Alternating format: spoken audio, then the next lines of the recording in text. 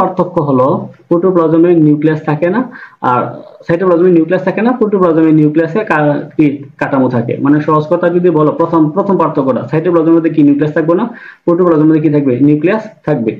আচ্ছা, এরপরে শুরুতে তোমরা কি করবে, 1 নম্বর পার্থক্যের মধ্যে দুটো সংজ্ঞা লিখে ফেলবা।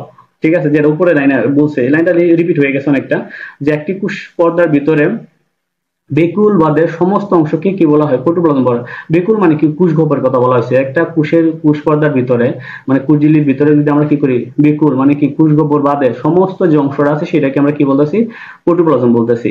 আর অন্যদিকে প্রোটোপ্লাজমের ভিতরে নিউক্লিয়াস বাদে সমস্ত অংশকে কি বলা হয়, সাইটোপ্লাজম বলে। আচ্ছা, গেল 1 নম্বর পার্থক্য। 2 নম্বর পার্থক্য রয়েছে কি, 2 নম্বর পার্থক্যটা বলছে যে প্রোটোপ্লাজমের 3টা অংশ। কয়টা অংশ প্রোটোপ্লাজমের? 3টা অংশ। তাহলে দেখো এখানে 3টা অংশ কি কি বলছে আমাদের। প্রথম অংশটা বলছে কি, প্রথম অংশের নাম হচ্ছে 3টা অংশের মধ্যে একটা হচ্ছে কি কোষ ঝিল্লি, আর হচ্ছে কি নিউক্লিয়াস, আর এটার নাম কি সাইটোপ্লাজম। তাহলে এই যে আমরা কয়টা প্রোটোপ্লাজম কয়টা অংশ পেলাম, 3টা অংশ পেলাম। একটা হচ্ছে কোষ ঝিল্লি, নিউক্লিয়াস, সাইটোপ্লাজম। দেখো সাইটোপ্লাজম কিন্তু ওয়ান কাইন্ড অফ কি প্রোটোপ্লাজম, ঠিক আছে।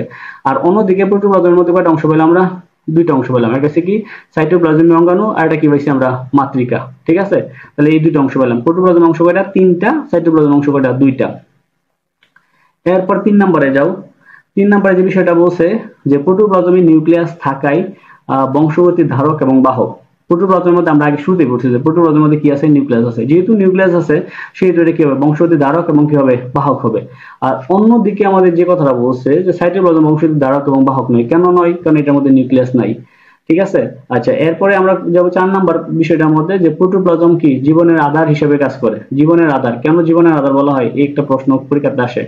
জীবনের আধার বলার প্রথম কারণ হচ্ছে কি, প্রোটোপ্লাজমের মধ্যে সাধারণত 90 থেকে 95% পানি থাকে। ঠিক আছে, এবং প্রত্যেকটা কোষের